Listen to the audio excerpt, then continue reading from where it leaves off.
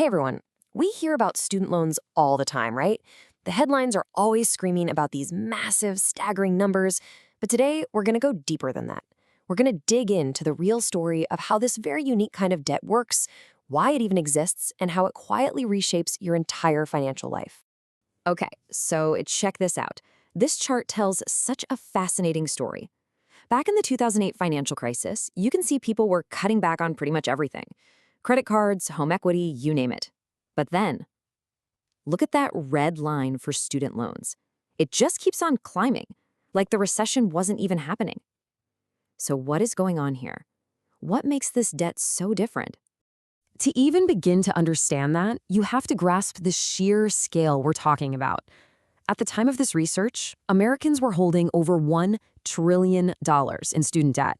It had actually become the biggest source of household debt right after mortgages. Yep, bigger than credit cards and auto loans combined. So, to figure out what's really going on, we have to start with a super basic question. Why does the government get involved with student loans in the first place? It's a really good question, isn't it? We're always told college is one of the best investments you can possibly make for your future. So if the payoff is so great, why are private banks so nervous about handing a loan to a teenager without the government stepping in? The answer is a pretty core economic idea called market failure. It's basically a situation where something is a really good investment for society, but the private market on its own has a really hard time funding it. And it turns out lending money for education is a textbook example of this. And I love this explanation. When you get a car loan, the car is the collateral. Get a mortgage, the house is the collateral. But for an education loan, what's the collateral? You can't exactly offer up your future knowledge to the bank if you can't pay. That fundamental problem is the market failure government loans are designed to fix.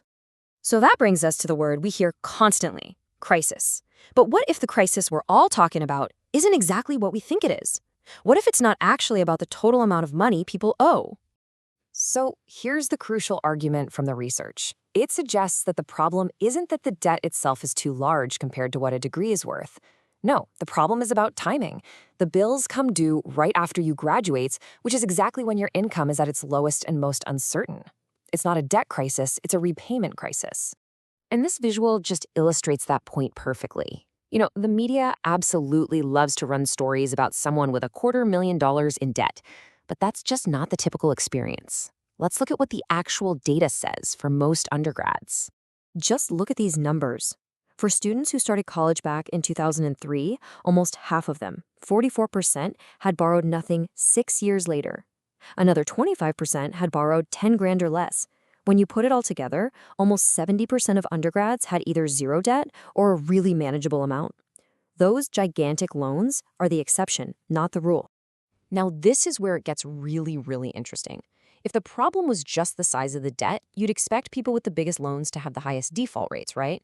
Well, the data shows the exact opposite. The average loan for someone in default was actually smaller than for someone who was paying on time. This is powerful proof that it's a repayment problem, probably hitting people who didn't finish their degree or are in lower paying jobs.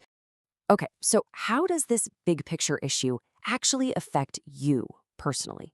Well, that fixed student loan payment doesn't just exist in a bubble. It actually changes the way you interact with every other kind of debt out there. Think about it like this. As soon as you start paying back that loan, it's like a brand new bill you can't cancel. So to keep your life running smoothly, you might actually have a higher demand for other kinds of credit, like a car loan or a credit card, to make up the difference. But here's where the conflict comes in. When you go to the bank for that new credit, they pull your file and they see that student loan debt. To them, you suddenly look a lot riskier. So just when your demand for credit is going up, their supply of credit to you is going down. So you've got this powerful tug of war going on. Your desire to borrow goes up to smooth out the hit from your loan payment. But at the same time, the bank's willingness to lend to you goes down because you're already carrying debt. So who wins this thing? Well, it turns out the winner depends entirely on where you're trying to borrow. The effect of your student debt is completely different in the market for a car loan than it is in the market for a new credit card. It's a real tale of two markets. So let's start with what are called loosely underwritten markets. Think about loans for a car. They're a little easier to get because the car itself acts as collateral, which makes the lender feel a lot safer. In this arena, your demand for credit is the stronger force. And the data here is pretty wild. Research from the Fed found that for every extra $1,000 in student debt you are actually more likely to have a car loan. I know, it sounds totally backward, but it makes sense. You're borrowing to keep your life on track, and in this market, you can actually get the loan. But what about tightly underwritten markets? This is your credit cards. It's unsecured debt, so there's no collateral, and banks are way more careful. In this arena, the bank's caution, that supply restriction, is the dominant force. And again, the data is just as clear, but it's completely flipped. That same $1,000 in student debt decreases your chances of having a credit card. Your student debt just makes you look too risky, and for you, the supply of that kind of credit basically dries up. So, if the real issue is a repayment crisis that's warping all of our financial behaviors, what's the solution? Well, the research points toward fixing the repayment system itself. A well-designed system would look a lot like this. First, your payments are tied to your income, not some fixed mortgage-style payment. They'd adjust automatically as your paycheck changes. It's basically insurance against a job loss or a tough year. And finally, after 20 or 25 years, whatever's left is just forgiven. This would directly attack that repayment crisis. Now, this sounds great, but there is a huge catch. To build a system like this that can actually work long-term, you need to know the relationship between what someone borrows for, say, a business degree, and what they actually earn over the next couple of decades. And right now, believe it or not, that data is shockingly difficult to connect. And that leaves us with the final and most important question. The problem isn't just about debt or repayment, it's about data. The government has all the information on borrowing, and other agencies have all the info on earnings.